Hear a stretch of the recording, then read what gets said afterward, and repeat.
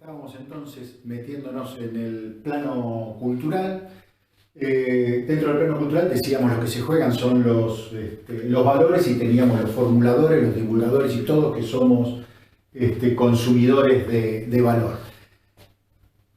En el plano cultural es, digamos, con aquellos los valores comunes al grupo social, porque podemos a lo mejor también bajarlo a un grupo social más chico, un grupo de amigos que maneja valores determinados que pueden llegar a ser, en lo general, iguales al conjunto de la sociedad en la cual están insertos, y en lo particular pueden llegar a estar manejando determinadas cosas. Cada uno de ustedes con su grupo de amigos están manejando a lo mejor determinados símbolos, determinados signos distintivos, ¿sí?, que los hacen que ustedes sean un grupo de amigos y que haya alguna diferencia respecto del resto de la humanidad, digamos, ¿no?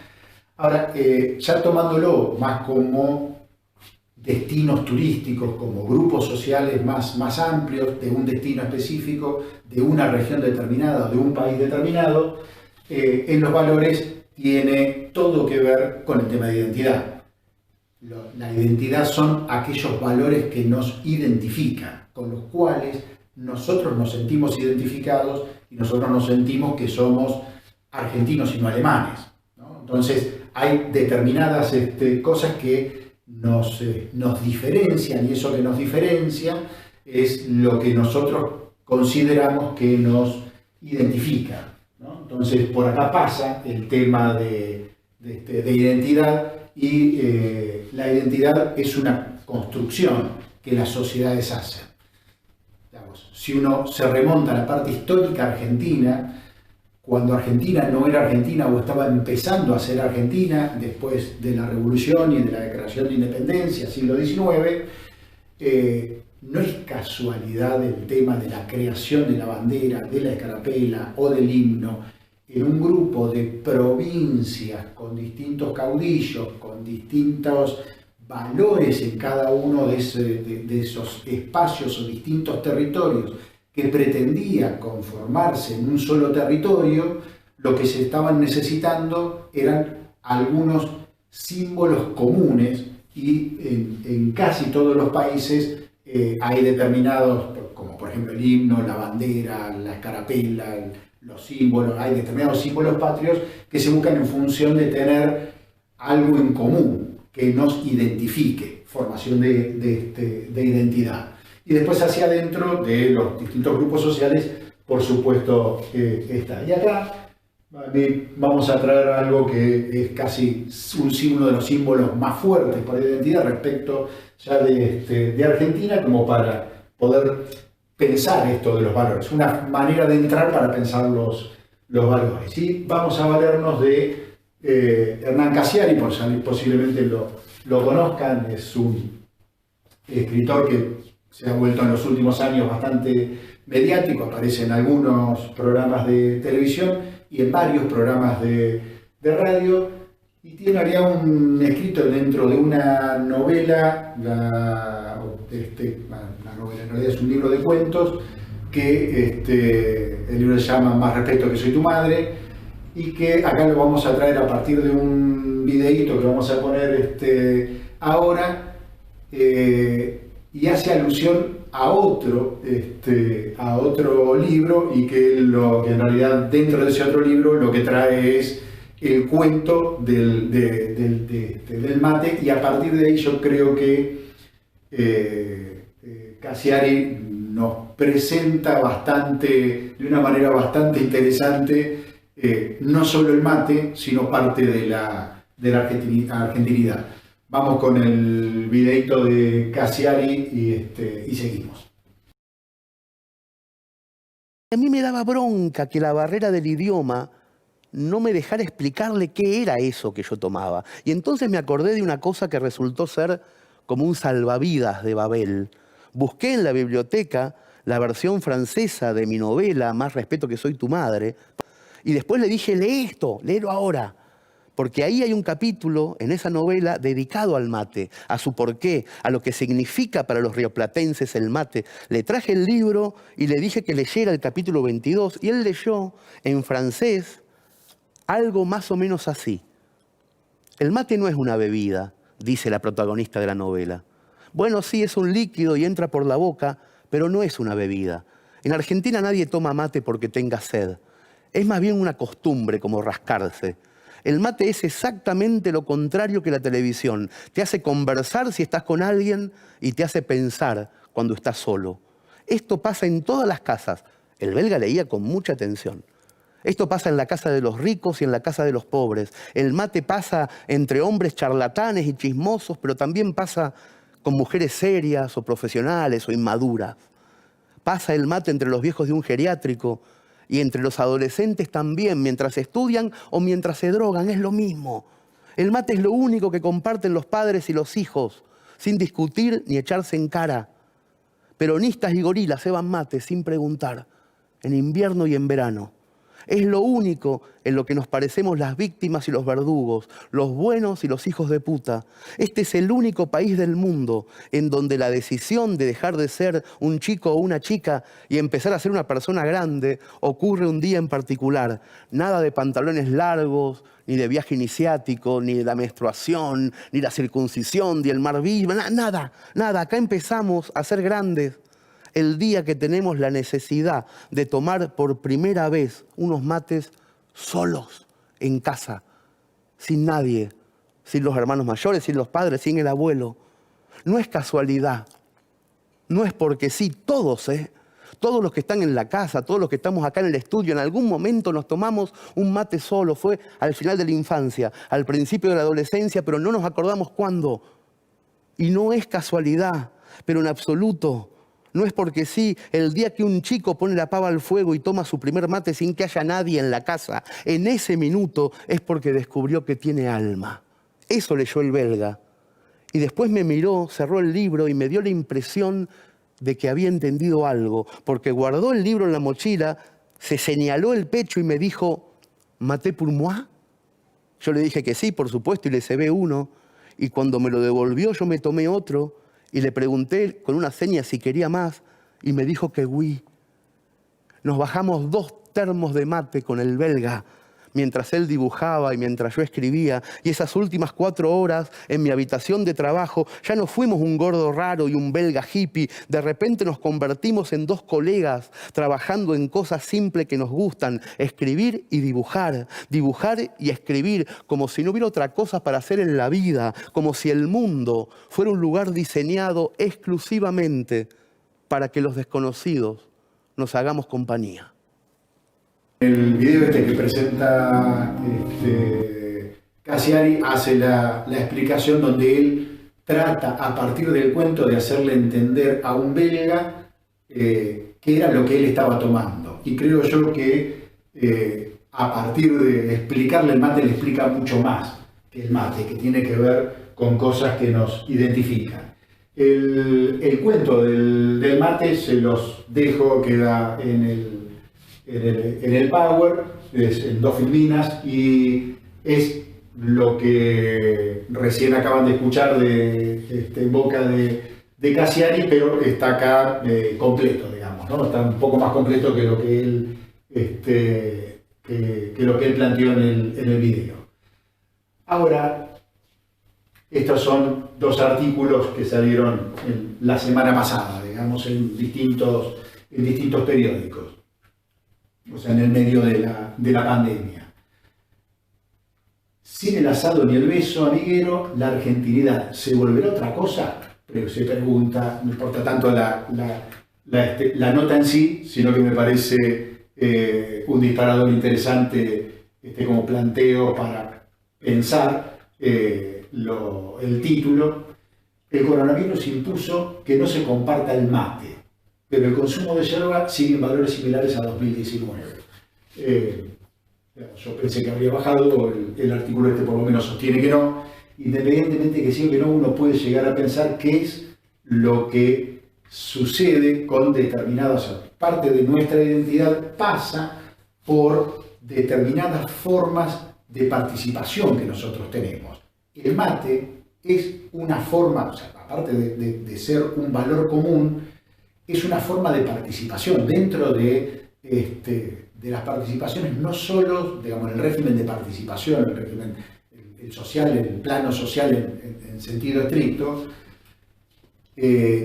no solo está el mate como tema recreativo, o sea, todo tipo de reunión de distintos tipos. El mate suele estar presente en el Río de la Plata, uno podría decir, en Argentina, en Uruguay, en Paraguay, en el sur de Brasil, es común a estos sectores. Nosotros lo tomamos como parte de la argentinidad. ¿Qué cambios esto puede llegar a traer y cómo puede llegar estos cambios a estructurar o reestructurar ese plano de los valores y cómo cambiará? No tenemos manera de saberlo, pero es una manera de pensarlo, de entrar a una de estos temas. Ahora, dentro del plano cultural vamos a seguir, y dentro de sociedad y turismo vamos a estar utilizando, en realidad vamos a estar utilizándolo para todos los planos, pero ahora vienen un par de frases de Urri que nos pueden ayudar a entender y seguir metiéndonos dentro de lo que es el plano cultural. Acá, bueno, así como las identidades, las sociedades las construyen, o sea, hay una construcción de identidades, también hay una construcción de miradas turísticas, que es un poco lo que nos plantea Urri, que es el libro que ustedes ya tuvieron acceso. Vamos a sacar algunas frases de Urri. Nos dice Urri: la mirada se construye a través de signos y el turismo comprende su colección. Ejemplo, París romántico, la auténtica Inglaterra de antaño, el típico comportamiento italiano, los tradicionales pubs ingleses, etc.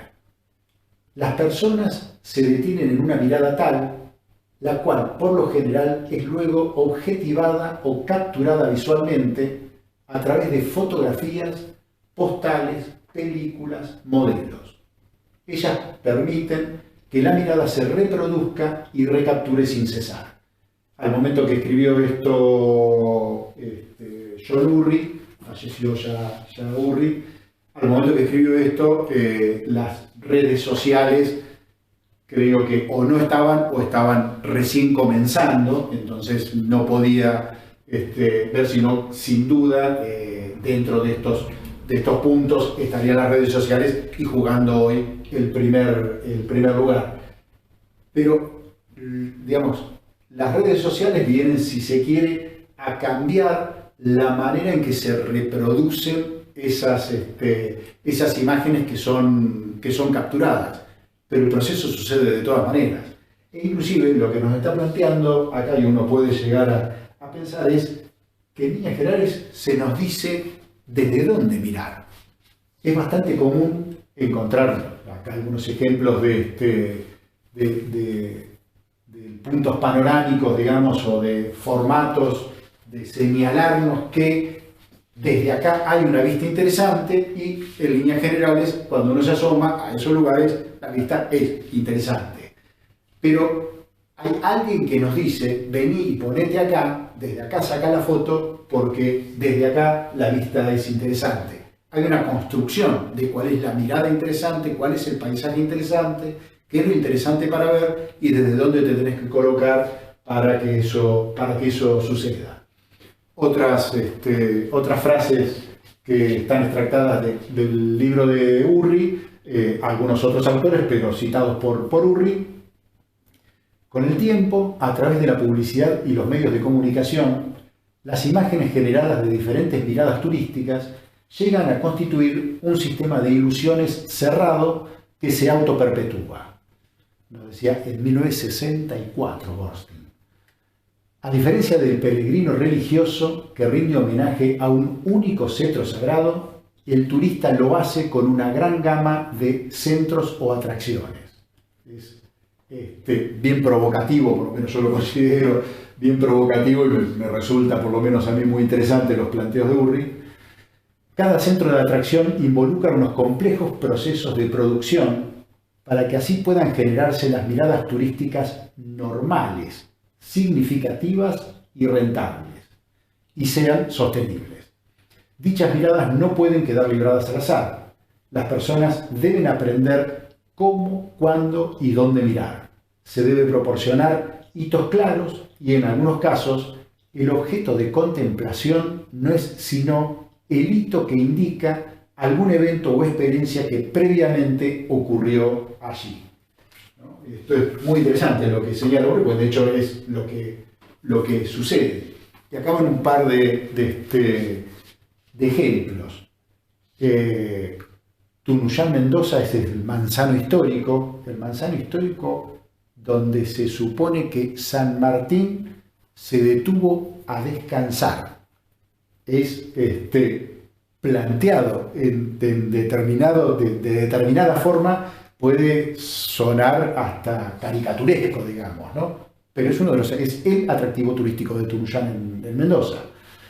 El edificio Dakota era el lugar donde vivía John Lennon. El edificio Dakota está frente al Central Park. John Lennon salió por esa puerta. Digamos, esto está a 20 metros del Central Park. Cruzó y casi enfrente del edificio fue el lugar donde lo asesinaron. El lugar donde lo asesinaron hoy tiene esta placa. No es exactamente justo el lugar donde lo asesinaron, pero era el lugar donde convenía ponerlo para no entorpecer el tránsito. Y el lugar lo que tiene es una enorme cantidad de turistas en función del lugar donde hubo un hecho que sucedió, que es imposible de ver, pero es ese lugar donde ahí pasó, el lugar donde vivía, y este es un lugar donde suele uno encontrarse gente sacando fotos, y acá, bueno, la foto lo indica. En Guayaquil, el monumento del encuentro entre San Martín y Bolívar. Y los españoles son unos fenómenos, y este cartel está en una de las paredes del centro de Madrid. Aquí vivía, dentro de una caja de galletitas, en la confitería Pras, el ratón Pérez, según el cuento que el padre Colomba escribió para el rey niño Alfonso XIII. El cuento existió, la confitería, existía, y directamente la placa hace conmemoración, no a un hecho que existió, sino a la confitería, al lugar donde estaba la confitería que sí existió y que fue musa de alguna manera del padre Coloma para escribir el cuento del ratón Pérez, ¿no? Esto lo mismo, el balcón de Romeo y Julieta en Verona, Italia. Balcón de Romeo y Julieta. ¿Qué balcón de Romeo y Julieta? Si Romeo y Julieta es una obra literaria de Shakespeare, ¿no? Que sucede en Verona, y directamente está el balcón, la cantidad de turistas sacándole fotos al balcón. Esto que está acá abajo y que sigue es la tapa del disco de vinilo abierta de Abbey Road de los Beatles, y esta tapa, que es una de las tapas por ahí más conocidas o más recordadas de probablemente el grupo más famoso de música probablemente de todos los tiempos, que son los Beatles. La foto está sacada en Abbey Road, digamos que existe, y es sumamente común y probablemente algo peligroso, ¿no? El tema de sacarse las fotos en el lugar donde los Beatles se sacaron la foto. Y uno inclusive hasta podría decir, esto, si yo fuera el secretario de Turismo de Londres, para este caso, que es el lugar donde queda la avenida donde está sacada la foto, uno podría llegar a decir, si este es el lugar turístico, habría que plantear cuáles son las problemáticas respecto del tránsito, de la cuestión urbana que eso trae, y probablemente si esto lo ponemos en valor turístico, probablemente no hubiera sido mala idea conseguir el auto y ponerlo ahí, digamos, ¿no? Si uno lo piensa en función turística, creo que Londres directamente tiene tanto que esto lo subestima, no creo que lo desestime. El museo de Sherlock Holmes, digamos, otro personaje de la literatura que juega, y en King's Cross, en la estación de King's Cross, en Londres, digamos, que Harry Potter, o toda la saga de Harry Potter, trae toda una cuestión de actividad turística, no solo para Londres, sino para distintos lugares del Reino Unido, digamos, ¿no? Pero otro lugar sumamente visitado a partir de una película, no de un hecho histórico, sino de algo que lo mueve, como puede haber sido la foto que se salió en una tapa de un disco, una escena de una película determinada, el banco de Forrest Gump, por ejemplo, el banco, digamos, si vieron la película, digamos, él relata buena parte, digamos, de lo que sucede sentado en un banco. Bueno, ese banco, no tanto para el turismo internacional, pero para el estadounidense, el banco es un atractivo turístico casi de primer orden. Y no sé si se acuerdan, pero en una de las primeras clases uno decía, cualquier cosa puede llegar a ser un atractivo turístico, y en realidad lo que nos plantea Urri es, sí, cualquier cosa puede llegar a ser un atractivo turístico, lo que por ahí falta que medie es que se pose la mirada sobre ese objeto y de ser un banco común de una plaza se convierta en un objeto particular. Es un banco común de una plaza, pero es el lugar donde se filmó una película, que la película fue muy famosa y que a mí me interesa ver ese banco en particular, que lo hace distinto al resto de los bancos, ¿no? Y esto, volvemos con el tema de los españoles, que es fenomenal. En este lugar, el día 21 de febrero de 1493, durante el reinado del fastuoso de Fernando de Aragón, padre de la Unión de la Santa España y esposo de la gran reina Isabel la Católica, no pasó nada. Y lo mismo otro en Madrid. Esto en Nerja, España, en Andalucía, y esto en Madrid. Y esto, el que no haya pasado nada y que pongan el cartel, pone al cartel en un objeto digno de ser fotografiado, y que, o por lo menos que se considera digno de ser fotografiado, y que es eso lo que sucede y que termina siendo el objeto reproducido. Es que no haya pasado nada, pero en realidad es lo paradójico del planteo, si se quiere. Usualmente hay un proceso de sacralización que convierte un artefacto natural o cultural en particular en un objeto sagrado del ritual turístico.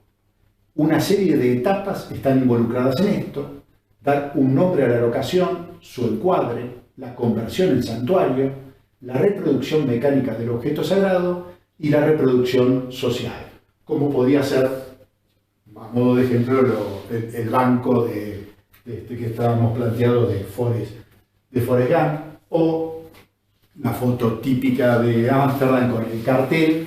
Lo que está atrás es el museo. El cartel no está más ubicado en este sitio específico del museo, pero es uno de los principales museos de Holanda, con una colección espectacular, con un edificio que es espectacular, pero lo que se saca, digamos, la fotografía es al cartel, digamos, ¿no? El cartel en sí mismo se convierte en atractivo turístico. En La Habana, el barrio Floridita, que está en pleno centro, en el centro de lo que es La Habana histórica, era uno de los dos lugares preferidos de Hemingway, y como en este lugar se supone que es donde él iba a tomar el daiquiri y se supone que es el lugar donde nació el daiquiri como trago, y Hemingway se hizo extremadamente famoso, vivió muchísimos años entre Key West en Estados Unidos y La Habana en Cuba. Directamente se puso una estatua de Hemingway en el lugar, y obviamente están las fotos de los turistas al lado de Hemingway tomándose el daiquiri, o el icono en el cual se convierte la Torre Eiffel, como una anécdota en el momento que se hace para una exposición mundial en Francia. Rompe con cualquier esquema arquitectónico que hubiera estado impuesto hasta ese momento en Francia. Fue tremendamente criticada.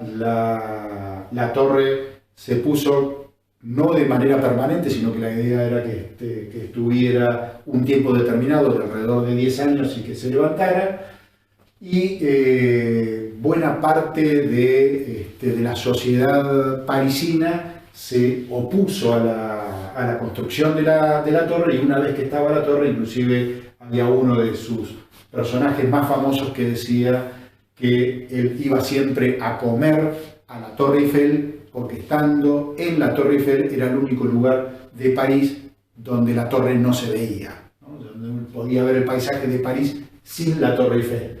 Y hoy eso que fue tremendamente criticado en su momento, tremendamente resistido por los valores de esa sociedad, de ese momento, hoy ningún parisino se le ocurriría ni por asomo que la Torre Eiffel no estuviera.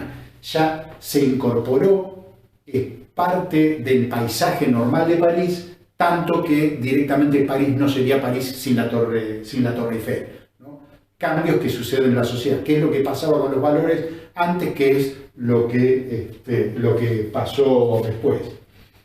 Este puente peatonal que está en Vietnam, el Golden Bridge, se convierte, el puente en sí, digamos, aparte tiene una vista muy interesante, el puente en sí en un atractivo turístico y el lugar al cual ir, digamos, ¿no? Como ejemplo.